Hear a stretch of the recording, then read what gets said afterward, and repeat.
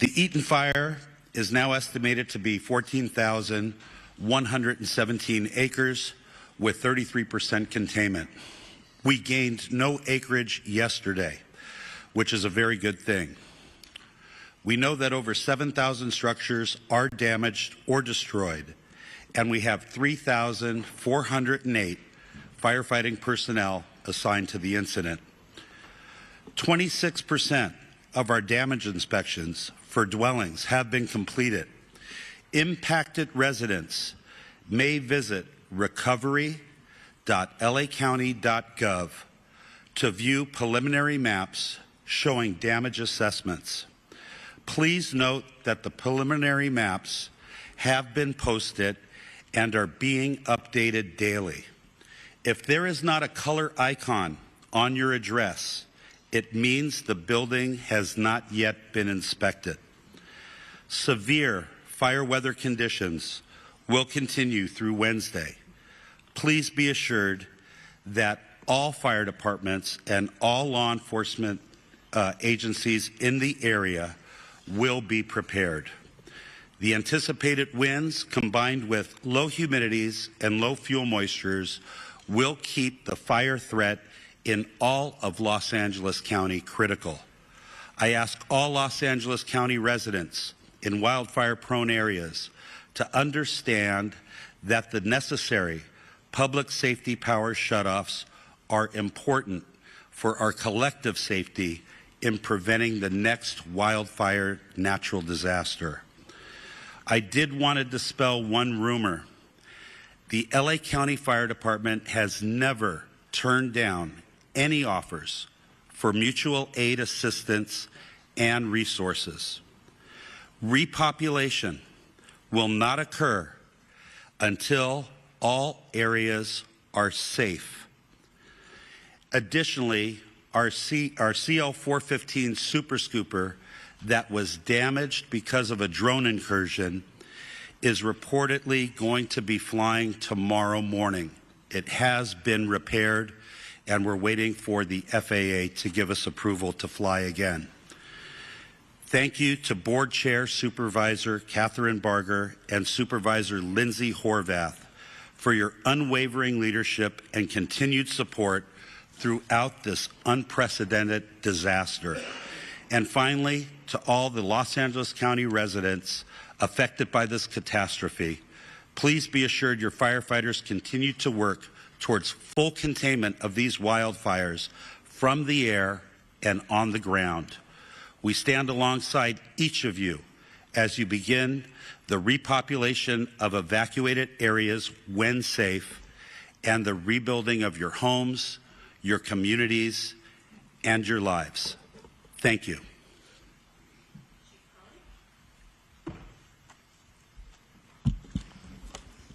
Good morning, everyone. Kristen Crowley, Los Angeles City Fire Department Fire Chief. I'll just start off with just a moment to share with everybody out there that's been impacted by these wildland fires that the entire LAFD family, sworn civilian, our city family, Mayor Bass, city leadership, everybody, our thoughts and hearts and prayers go out to you as we continue to push forward and mitigate this emergency. We understand the impacts, and we're working and will continue to work very, very, very hard for everyone.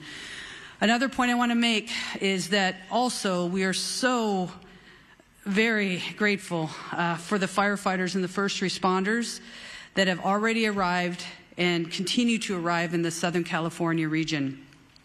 We absolutely know that we cannot do this on our own, and we are tremendously appreciative of all of your continued support. As the increasing wind event is upon us as we speak, the Los Angeles City Fire Department has maximized our resource capabilities and response capabilities. All available LAFD resources have been staffed. I have strategically pre-positioned engine strike teams and task forces which are dedicated to rapid response for any new fire that breaks out in the city. In addition, I've directed the Fire Prevention Bureau to augment wildfire patrols in high hazard areas. The Palisades fire, your LAFD remains committed to this fire, and we have a significant number of engines that have been dedicated to this fire. The crews that are involved, we have crews from up and down the state, outside of the state, have made excellent work overnight, mopping up flare-ups and hotspots. Their primary focus last night was on the Mandeville Canyon area, and this fire is now at 23,713 acres with 14% containment, with 5,123 personnel assigned to the Palisades incident. Firefighters will continue to work diligently throughout the day to increase containment and prevent further fire spread. Again, I want to focus my comments on the amount of resources that are here in the Palisades, from the first responders all the way up to our incident command teams. Again, we're going to keep working really hard for you. Just a brief comment on the Hearst fire. It's been held to 799 acres with 95% containment. Again, thank you to the community members that are out there for remaining vigilant. We're not in the clear. I want to make sure of that. We are not in the clear as of yet, and we must not let our guard down, as we have right now extreme fire behavior, and we need to make sure that the community is staying updated with the most information, updated information as well. Follow all evacuation warnings and orders without delay. And please stay safe. I would now like to introduce our next speaker, and that is Sheriff Luna. Thank you. Robert Luna, Sheriff of Los Angeles County. Regarding our deployment, we still have well over 1,000 of our Los Angeles County deputies out there working on 12-hour shifts. We have 172 California Highway Patrol officers. I'd like to thank the commissioner who was with me yesterday, Sean DeRee, for all of his assistance. I also want to thank Major General Beavers. I was with him as well, and he has fortunately been able to increase the amount of National Guard assistance that he is giving us to up to 600. And he told me yesterday, if we need more, we can ask for more. And we are strategically looking at that, analyzing it, and will ask as needed. Evacuations, we have approximately, and this is some good news because it's dropped, we have over 92,000 people who are under evacuation orders and approximately 89,000 people who are under evacuation warnings. I want our community to know this, and Chief Maroney did talk about this for a second. In every conversation we're having about evacuations, warnings, whether they're going to implement them or take them away, the conversation about repopulation is on all of our minds. I know that we are attending, staff's attending community meetings, whether they be out in the Palisades fire area in Malibu for us at LA County Sheriffs, in the Altadena area. We are hearing our community loud and clear, and we want to get you in there as soon as possible. But I want to reiterate what is holding us up. This is very important. We are still, for the Altadena area, we are in the third day of grid searching. It is a very grim task, and we, unfortunately, every day we're doing this, we're running across the remains of individual community members. That is not easy work, very sad to report, and I believe that work is not only going to continue, but I believe will continue to find remains. So please be patient with us. People are saying, I just want to go look at my house and I want to see what's left. We know that, but we have people literally looking for the remains of your neighbors. Please be patient with us. There's a lot of hazards in the area still. The area has not been rendered safe. Please be patient with us. And then we have the potential of crime scenes. And I'm not saying that's what it is. I'm just saying we have to think ahead because we can't go back from that. So please be patient with us. The curfew is still in effect, 6 p.m. To 6 a.m. for specifically the mandatory evacuation areas in both the Palisades impacted area and the Eaton fire impacted areas. Those are subject to change depending on need, one way or another. We understand, again, that people want to go back, but it is dangerous to do so, and we will not put anybody's safety at risk. I want to talk about arrest for the LA County Sheriff's area. Overnight, we had several other arrests. It brings it up to a total of 34 in our geographic area. We have 30 in the Eaton fire area, and we have 4 in the Palisades area. Last night specifically, again, for LA County Sheriff's jurisdiction, we arrested 4. 2 were for curfew violations. 2 were arrested for 1 drone incident. To my knowledge, we have now had 2 specific drone incidents that have resulted in 3 arrests. So as I talk to our community again, if you do not have business in the evacuation areas, do not go there. Please, you're infringing upon the work that our first responders need to attend to. And I do want to say, when I talk about these arrests, I want to clarify not all of them are for burglary or looting or for curfew violations. But it is very important when I say stay out, we are arresting people who are not supposed to be there, who do not live there, who are in possession of narcotics. We've arrested several with guns. And yeah, I'm going to tell you something. If our deputies being very proactive in these areas, stopping people in a constitutional manner as always, making sure that they're supposed to be there, and you have narcotics on you and you have a gun on you, in police work we call that a clue. Something's wrong there. So that's why we're arresting people. Our search and rescue missions, through the 2 days, we have searched 1,874 properties. In regards to deaths, and again, I want to clarify, this is for the Los Angeles County area of responsibility. We have confirmed 21 deaths, 16 in the Eaton fire area, and 5 in the Palisades area. And sadly, yes, unfortunately, I anticipate the number to go up. Missing persons, we are actively have 23 active missing persons reported, 17 in the Eaton fire area, 6 in the Malibu area. All of them are adults. Thank God there's no juveniles. But if you believe you have somebody who's missing, make sure you report that to us as soon as possible. For any updated information that anybody may have, questions, very important questions regarding evacuation orders or warnings or any road closures, please go to lacounty.gov/emergency for assistance. The American Red Cross is doing an amazing job. Please contact them. And again, for some of the negative things I talk about, there are some amazing stories of community members coming forward to donate items.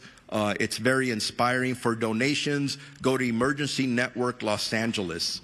And now it's my pleasure to introduce Assistant Chief Dominic Choi from the Los Angeles Police Department. Okay, good morning. I want to start by just assuring everybody that our primary focus still remains the safety and well-being of our residents. These fires have caused significant disruptions, but we are working tirelessly with our partners to protect lives, property, and secure critical infrastructure. So as of this morning, LAPD has in the city 266 officers deployed to the Palisades fire. We also have support from our National Guard partners who have deployed 200 soldiers assigned to the incident. We're very grateful for their support. We also have dedicated resource investigating our missing persons reported. So at this time, as of this morning, 6 a.m., we have a total of 26 people reported missing in the city of Los Angeles. 17 of those individuals have been located safely. 9 of the 9 remaining, 2 most likely were found in the fires deceased, but they haven't been positively identified by a coroner's office yet, so those are still waiting to be identified. 1 individual, we believe, is located safely in a shelter, but that person, we're waiting for confirmation on that. There are 6 that remain unaccounted for, and we're diligently trying to identify and locate these people. So in total, in the city of Los Angeles, since Tuesday when these fires occurred, we have 3 fatalities. Again, 2 were found in the fires, and 1 was a burn victim that was transported earlier this week to a hospital. That person later passed away. If you want to make a missing persons report, you can do so either in person or over the phone. You can call any one of our 21 geographic stations and make that report, or you can call our missing persons investigation unit directly. I'm going to give you the number. It's 213-996-1800 and select option 3. That telephone is manned 24 hours a day currently. As of this morning, the city of Los Angeles, related to the fires, has a total of 14 arrests, 3 for curfew, 1 for impersonating a firefighter, 1 for possession of burglary tools, 4 for burglary, 1 for DUI, 1 for felony vandalism, and 3 for shoplifting. As the sheriff just mentioned, it's not just for looting or burglary that you're going to jail or curfew. If you're in the area, you don't belong in the area, you will be stopped and questioned, and whatever crime is being committed, you will be held accountable for that. So please stay away from these evacuation areas. Regarding escorts, we talked about this a little bit yesterday, but we tried to be compassionate and put together a team to escort residents to their homes to either retrieve small pets or their medication. But that line became exceedingly large, and it was causing more problems than solutions. We have halted this escort service for the safety of everyone involved. Currently, we don't have any timeline of when we're going to open up that service, if at all. So please be patient with us. We know you are waiting. If you are still waiting at any of these checkpoints to be let in or escorted, please do not wait there. You will not be let in or allowed to have an escort at this time. Also, another important reason for stopping these escorts is because we have search operations beginning. Over the next 48 hours, we'll be working alongside LAFD Search and Rescue, our ATF partners, as well as the LA County Coroner's Office throughout the burn areas, giving priority to those people that are reported missing in these burn areas. From there, grid search will take place that could result in crime scene preservation and then recovery of remains. We hope that the high volume of resources dedicated to this effort will expedite the process. And as many of you know, the dry conditions and winds increasing, it's possible that evacuation orders may increase. I know overnight we saw some of the evacuation orders turn into warnings, but we can absolutely see some of these areas increase to mandatory evacuations again. So we urge you, please heed these orders. It can save your life. And as we also previously mentioned, identifying the cause of these fires is critically important to all of us. In conjunction with our partners and led by ATF, we have created a Los Angeles Regional Wildlife Investigative Task Force. And while their work is still in the early stages, we're committed to identifying the cause and origin of these fires, and we're also committed to holding anyone who's responsible for these fires accountable. And to further protect the residents of Los Angeles, in the city, our curfew is also still in effect from 6 p.m. to 6 a.m. In short, if you don't belong there, don't be there. In closing, I want to reiterate that our department and all of us standing here this morning are with you. I want to express my deepest gratitude to the firefighters, our fellow law enforcement partners, and volunteers who are putting themselves in harm's way to protect our communities and help people recover. Their bravery and dedication are truly inspirational. We are also grateful for the patience and cooperation of our residents during this difficult time. We know this is not easy. Thank you and be safe. At this time, I'd like to introduce Los Angeles County District Attorney Nathan Hochman.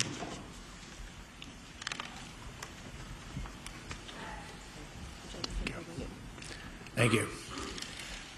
With firefighters literally putting their lives on the line to save lives and to save homes, with law enforcement working around the clock to keep security at a high level, with over 200,000 people evacuated, and I'm one of them, and with people who have lost lives, lost homes, lost businesses, there are still people in our community who, rather than saying thank you, look at this as an opportunity to commit crime and to take illegal profit and advantage over the situation.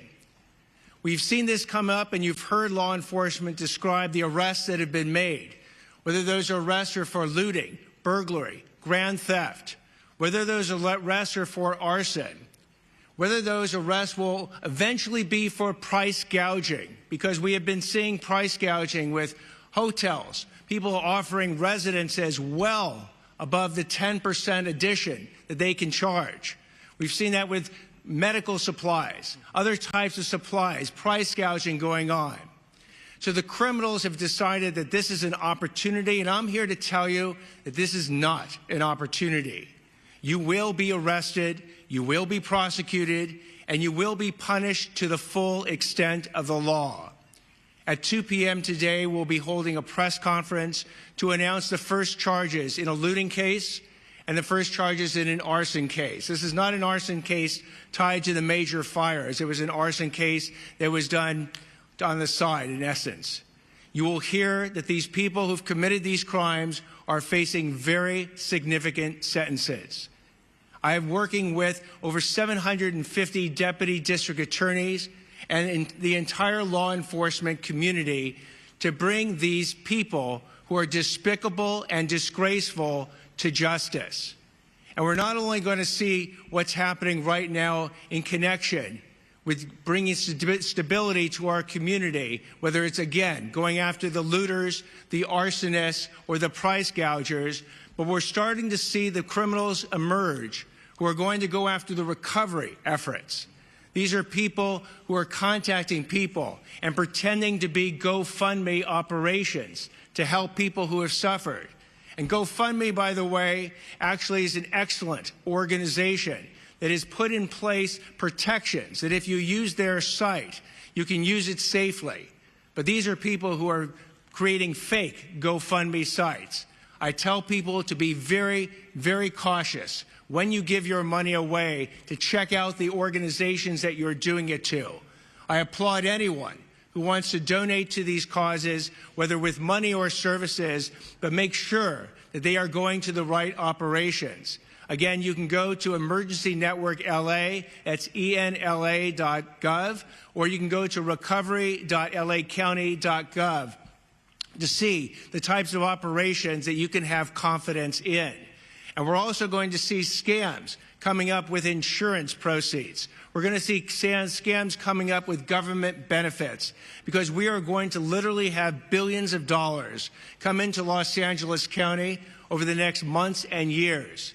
And for the criminals who view this as an opportunity, let me again give you this warning, an absolutely unmistakably clear warning, that if you go ahead and you want to rip off people and the system and governments that are trying to help the people who have suffered from these tragedies, you will be arrested, you will be prosecuted, and we will seek maximum punishment against you. I hope that I'll have the opportunity to tell you at a later point that this warning has been heeded, that deterrence works. Because if we are going to actually have the stability and the rebuild, it's going to be based on everyone contributing. But for those who don't want to heed this message, the warning has been cast out there, and the warning will actually have teeth behind it. I'd now like to introduce Los Angeles Board of Supervisors Chair Catherine Barger. Thank you. As I discussed yesterday, FEMA relief is essential to getting our impacted residents back on their feet. Today and yesterday, FEMA staff have been at 7 county libraries, plus the Alhambra Library, providing support to individuals who are seeking FEMA relief. Tomorrow, these services will transition to centralized assistance centers, one at Pasadena City College and the other at UCLA Research Park. These centers will be in-person venues where all impacted individuals can receive direct support for FEMA's assistance program, which helps residents access lodging, essential items, and other large financial needs. You can visit recovery.lacounty.gov for all the details. And I would encourage everyone listening to go to one of these sites, because I was at Pasadena Convention Center, and I know Supervisor Salish, you were as well, and I saw people handing out cards. I don't know who they are. I don't know who they represent, but people are looking for an opportunity. At these recovery centers, you will have legitimate government officials who are going to work with you to make sure you receive the benefits you deserve. I want to thank FEMA for their continued support for our impacted residents. Our residents need this support to begin rebuilding, and believe me, after last night's meeting that I attended with my constituents, they are desperate. So many residents I've heard from, especially those without insurance, are concerned they won't receive enough assistance to rebuild their lives. On top of FEMA assistance, I'm going to be advocating for innovative loan and housing solutions to bring people back to their communities. People need help, and they need to know what kind of support they're going to receive. Last night, I joined hundreds of impacted victims in Pasadena to hear their stories, understand their needs, and to discuss what comes next. Many wildfire survivors I've met, spoke with, have repeatedly told me they're worried about the rebuilding process. Specifically, many have mentioned that they are eager to begin clearing debris and seeing what valuable possessions survived this devastating fire. I want you to know that yesterday, the governor issued an executive order to streamline this rebuilding process. This executive order is going to make rebuilding homes easier by cutting red tape and make it as affordable and efficient as possible for our residents to clear debris. Yesterday's executive order, along with the previous order to waive the CEQA requirement in rebuilding, are two unprecedented actions that will be essential to making our community whole again. I know that our wildfire survivors want nothing more than to begin the rebuilding process, and it is our job in government to get out of the way. Our neighbors deserve nothing less. To all the residents in our county, we must maintain diligence over the next few days as winds increase again. Please listen to law enforcement and their evacuation notices. And believe me, I heard last night, many are frustrated. These next few days are crucial in our fighting of the existing fires and also preventing any new fires. Thank you for taking it seriously. I'd now like to introduce LA City Mayor Karen Bass. Thank you, Supervisor.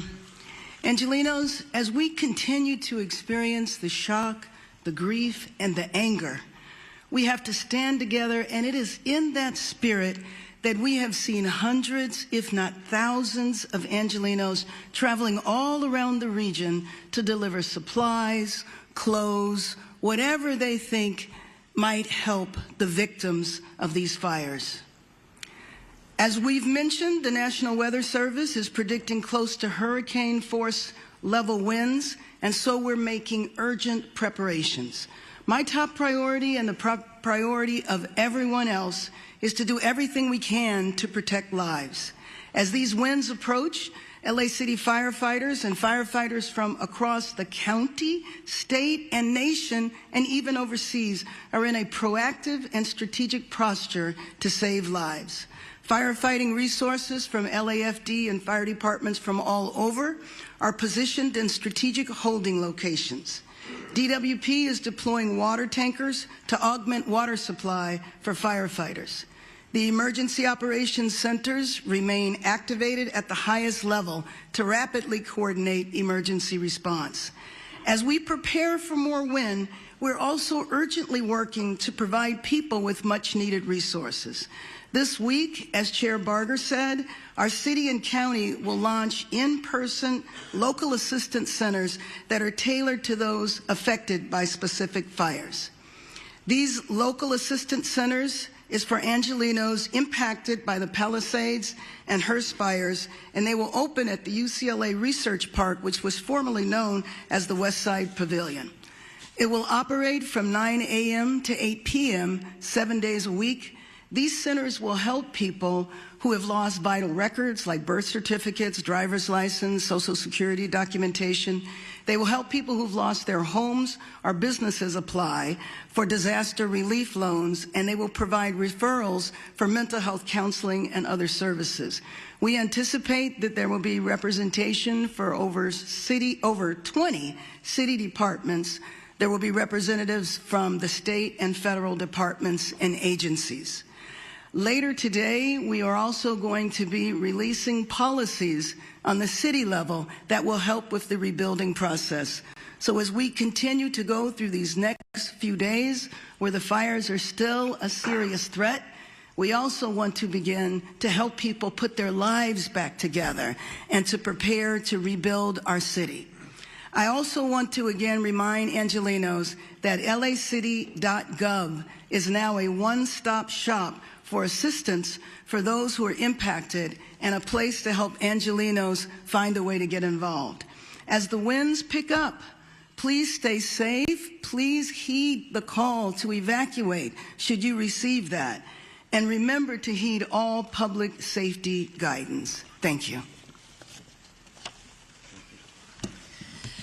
I'm Lindsay Horvath, Supervisor for the 3rd District of Los Angeles County. The latest Palisades fire updates, as you've heard, more than 23,000 acres have been impacted by this fire, and it is 14% contained. We have over 5,100 personnel, including 44 helicopters and 540 engines. The fire continues to hold along Mandeville Canyon, and we are grateful for our first responders and all those on the front lines fighting in this area. We know it is critical, and you are doing a great job. We've also made significant progress in Topanga Oaks, Sylvia Park, Temescal Ridge, to Mulholland. All of these areas have been under threat, and we are continuing to hold. Santa Monica has lifted their evacuation orders and downgraded to warnings in North San Vicente, moving from order to warning at 8 a.m. today. All of the warning areas have been lifted. A particularly dangerous situation has been issued. Strongest winds from Tuesday morning until Wednesday. We strongly encourage caution and vigilance. This is the weather prediction that the National Weather Service had going into last week's event. So these conditions are significant, they are serious, and we need you to follow all orders. All Santa Monica Malibu United School District schools will remain closed today. All Santa Monica campuses, except for Roosevelt Elementary, will be open. All LAUSD schools will be open today, except Canyon Charter Elementary, Kenter Canyon Charter Elementary, Palisades Charter Elementary, Marquez Charter Elementary, Topanga Charter Elementary, Lanai Road Elementary, and Paul Revere Middle School. Our Department of Mental Health has resources for how to speak with our young people about wildfires at dmh.lacounty.gov. We need to support our children in this time and make sure they're able to talk about this tragedy. Our DMH helpline is 800-854-7771. Metro fares continue to be suspended for as long as conditions remain the same. We thank our chair of the Metro Board, Janice Hahn, and our CEO, Stephanie Wiggins, for their assistance.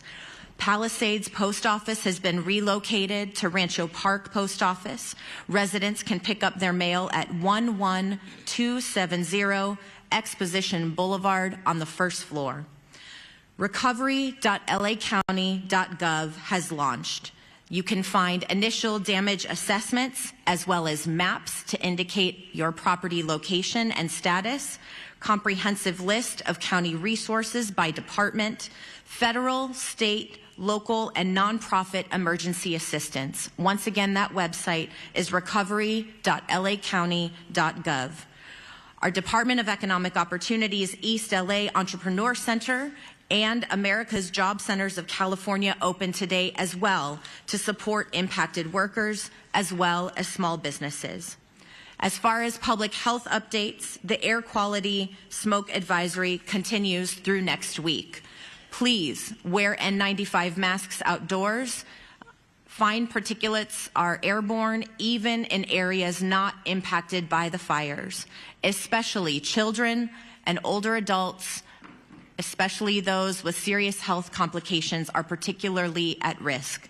LA County Department of Public Health is providing N95 masks at all evacuation shelters and to community-based organizations.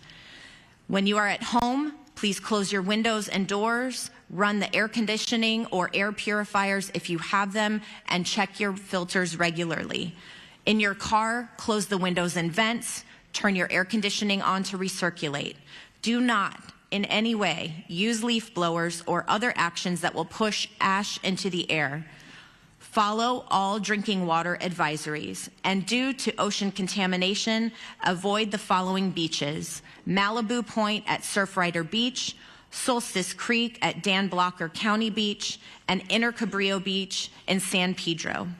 To stay informed about the latest emergency orders, you can go to emergency.lacounty.gov. And I want to once again thank all of those who are on the front lines, keeping us safe through this very difficult time. All of our volunteers who have kicked into action to ensure that our community members are supported. And I also want to thank our governor for an additional executive order, in addition to the one that he issued yesterday, to expedite debris removal and to reduce the risk of mudslides. As we know, rain is predicted starting next week, and these complicated conditions may only worsen. We thank him for his foresight and his partnership.